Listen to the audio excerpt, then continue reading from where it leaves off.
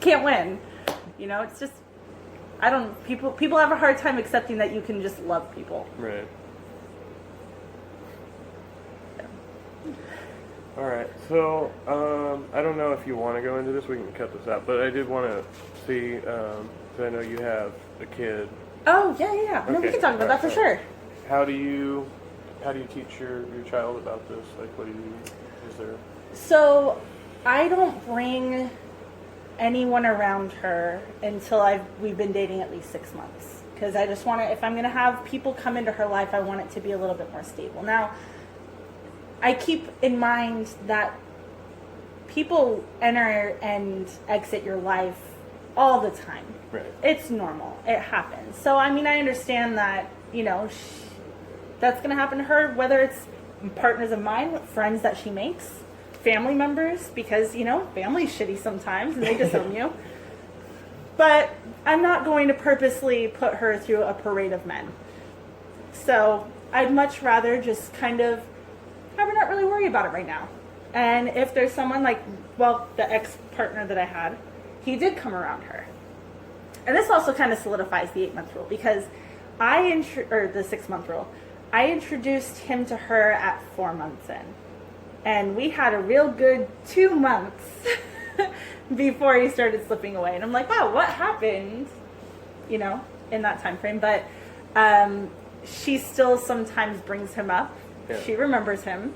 He had given her gifts, and she'll, if she finds one of those gifts, she talks about it, like, oh, so-and-so gave me this. And so it's like, I do want to be a little bit particular. However, when she is older, I'm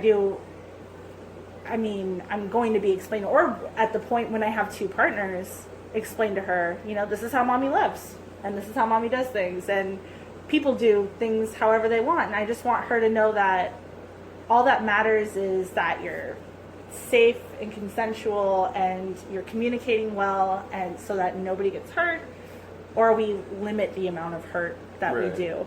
Right. And just that, that's all that really matters. It's kind of the same as her, like, if she were to come out and get as gay or something like that, all that matters is that you're happy, however you want to live your life, however you want to do your relationships. I don't want her to think that there's only one solid way to do a relationship, and that is one person only, rest of your life, that's it. You only have sex with them, you only do things with them, done. Like, it doesn't have to be that way. Yeah.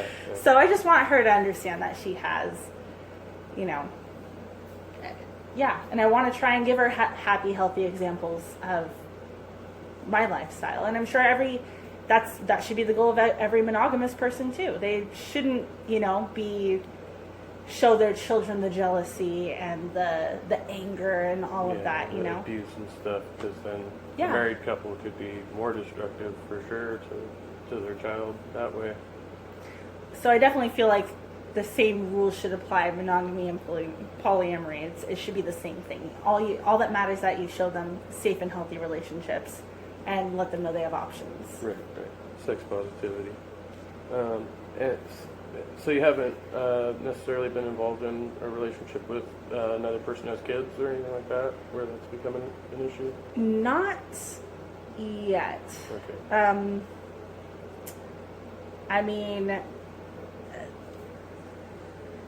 No, not yet. I've talked to other single parents, but being a single parent means you're really busy.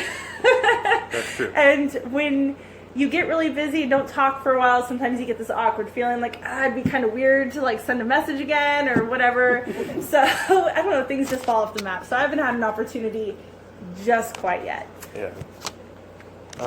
So I did, with my past relationship, have a situation. It was kind of hard for me because she had kids, I had kids, and they were all like playmates for a while, and then things kind of fell apart. And now it's to the point where, she'll ask about my ex, my daughter will, mm-hmm. and her other family members don't want her to talk about it, like, don't ask about her, and it was really hard for us, because I have to explain to her why that didn't work and all of that stuff, so. And that is something I worry about, because my ex-husband is now seeing a woman with 2 children. and they've been seeing each other for a while, and they do bring our daughter, you know, they all hang out together. Right. And I worry about that because he is also practicing, I don't know if he's polyamorous, but he's definitely non-monogamous because they're seeing each other, but they're also seeing other people. So I haven't pressed too much. I don't want to get too much into it. We're trying to kind of keep our private lives private and just kind of keep the conversation about, you know, family matters. But you want to make sure he's being responsible as well. Exactly. I don't want to, if things aren't that serious, don't involve the children, is how I feel about it. But, I mean, I have met her, and that's one of the rules that if we do, you know, when we do decide to bring someone around her, that we meet the other person. Yeah. And so I did meet her. She's great.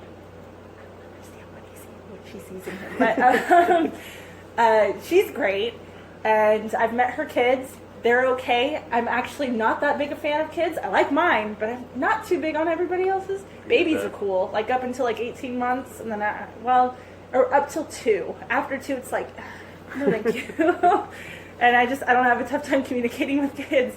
But, you know, she does seem, she's very attached to them. So I worry that this is going to, like, you know, the way he's doing things is going to blow up in his face.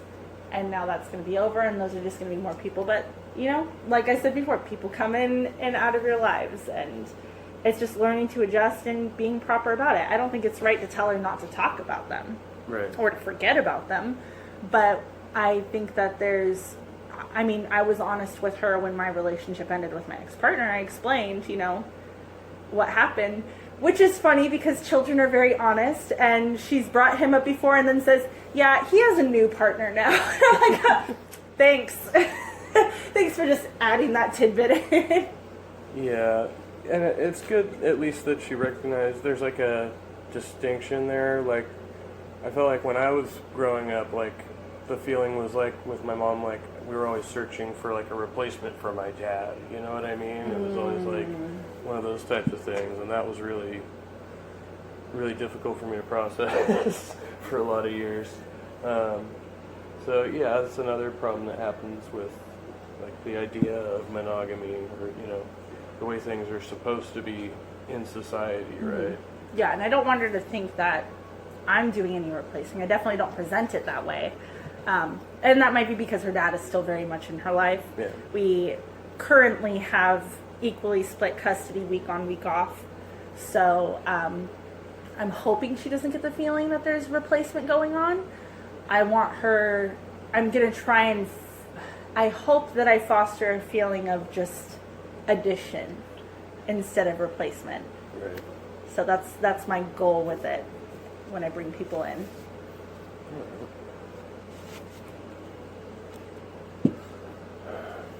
I'm going to go this way. Okay. So we kind of got into this a little bit with what we were just talking about. But, like, how do you think, as being polyamorous, how do you think your values differ from a monogamous person? Like, you don't... There's no, like, ethical dilemmas involved with... No, there definitely is. I mean, that there's... So the type... What you might see, like especially on dating apps, I see it more and more often, is E&M, ethical non-monogamy, because it's definitely non-ethical. I recall once I got a message from, I had added somebody who randomly added me, and they eventually, after a while, messaged me, and I'd seen him before, like, you know, I always check and see what's up with those profiles that add me, and, you know, he had a wife and kids, and, seemed like just another shit poster, so it's like, okay, cool. Like, I'll just add that to my pile. And eventually he reached out and did ask me about like polyamory, and I, you know, enthusiastically explained everything that I'm doing, everything I believe and like I'm going through and stuff like that. And he had the audacity to ask me, like, does my wife have to know, because I don't think she'll go for it? And I'm like, yeah, it's called, like, she's not consenting to you cheating. She's not consenting to be in a relationship that is non-monogamous unless you talk to her about it. So basically you're asking, is cheating polygamy? It's not. So, or polyamory. It's not. So he should, I laid into him, screenshotted it, sent it to his wife. And, so I do have values. I don't condone cheating. That's the only time I've ever ousted a person. Yeah. I was once involved with someone, which connects to that one, that did have a wife. I didn't know about it. He was an idiot, and I found out, and I dropped her name, and while I was deciding what I was going to do about it, and eventually I just told him, I just can't see you. I'm not going to do that. I wouldn't want to be in her position. I would be heartbroken to be in her position, to find out my partner was lying to me, especially if I was in a polyamorous relationship and I found out my partner was lying to me. That's a bunch of bullshit. You have so much freedom to go do what you want. Just tell me what's going on, So, there's that value. I don't condone cheating. I don't think it's right to lie to your partners. I won't date anyone who's married if their partner doesn't know. I don't know if that's the particular value you were wondering about. No, yeah, okay. For sure. Honesty is one of the most important, really, Absolutely. Especially when you're talking about relationships. So. And it's so much work and energy to lie to your partner, I feel like. Yeah. To keep things up, to cover things up, and then you're like an emotional wreck hoping that it's working. Why would you want to put yourself through that? You might as well just, when you have everything open and out on the table and you've communicated everything, you have nothing to worry about. You have no lie to keep up. Yeah.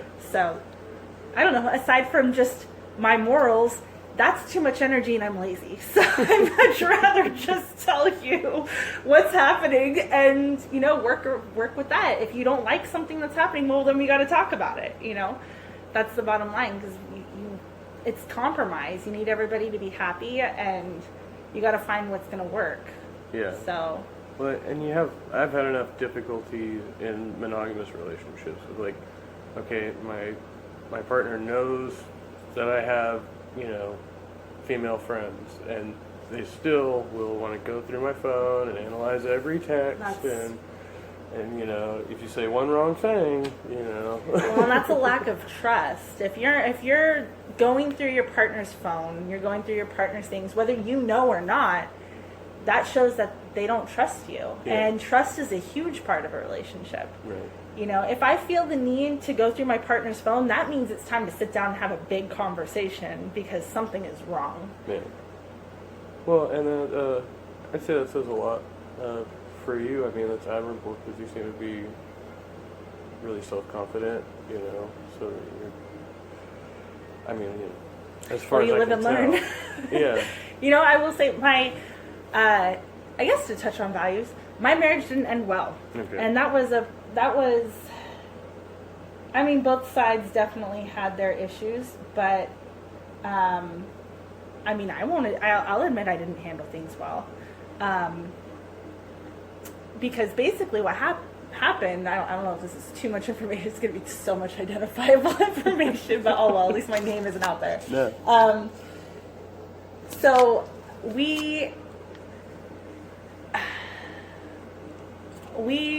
our relationship escalated quite quickly. He and I, in the beginning, about 6 months. Well, we just fucked around for 3 months, became official, and 3 months after that I got a positive pregnancy test and we went through with it. Gotcha. And that was a roller coaster. And that roller coaster created a lot of resentment in the relationship. And even once we got past that, there were other things that went on that created even more resentment. I did maybe in our second or third year of marriage, ask for divorce, because I was heavily depressed and I just felt like the relationship and the things that were going on and I were part of it, and that I was carrying too much of the relationship and carrying too much of the family. And I went to therapy by myself. We tried opening our relationship, and that's, we started seeing other people. We were non-monogamous, and but there were some double standards at first, and then we went into marriage counseling. But during those double standards, I expressed that I thought they were bullshit. That was dismissed. So I said to myself, well, fuck you, I'm going to do it anyways, which is not the way to do things. I don't condone it, but this is what happened, and this is what led me to where I am. Okay. So there was a person that I had slept with that was allowed, but I was not allowed to continue to talk to them, and I did so anyways. And I did eventually see that person again, plus another, but I was honest about that other. And when I came out about that other and said that I met someone at a bar, I drank a bunch, went to his hotel room, left, I don't remember his name, and I didn't get his number, we don't talk or anything. He was like, why couldn't you do that in the first place? So that was the response to that. So, but that was the only cheating that happened. But it started this bumpy road that ended our relationship. Because afterwards, we were completely open. I was allowed to have regular sexual partners because we did talk about that and realize that it's a lot safer instead of just hooking up with one person, never talking to them again, and then going to another one. Right. That's not going to be safe health-wise for our relationship. Like, for our bodies, not just mental. Well, yeah, it could be dangerous for you too. So. Yeah, exactly. So it's better, okay, I found this person that I know is safe and sane, and I could continue and respects the relationship. That's another thing that was really big after he found out I had cheated. That, we only see people that respect the relationship. But even finally coming to that agreement and that arrangement, I realized that there was just too much resentment, and I had fallen out of love, and it just wasn't working, and I was hurting him more by being there, and that's why we're separated. So that adds to my values, though. I don't think that that was the right route, and I do regret that the hurt that I caused, and I don't want anyone to go through that. So I don't sleep with married men whose partners don't know about it, or married women whose partners don't. Well, yeah. It's a good rule. Yeah. So. All right. So, do you want to? I skipped over that one. You want to talk about that one? Yeah, we can talk about that one. All right. About sex work. So yeah, that's the. Grab another beer for that one, though. Okay. Sure. Okay, I can hear you.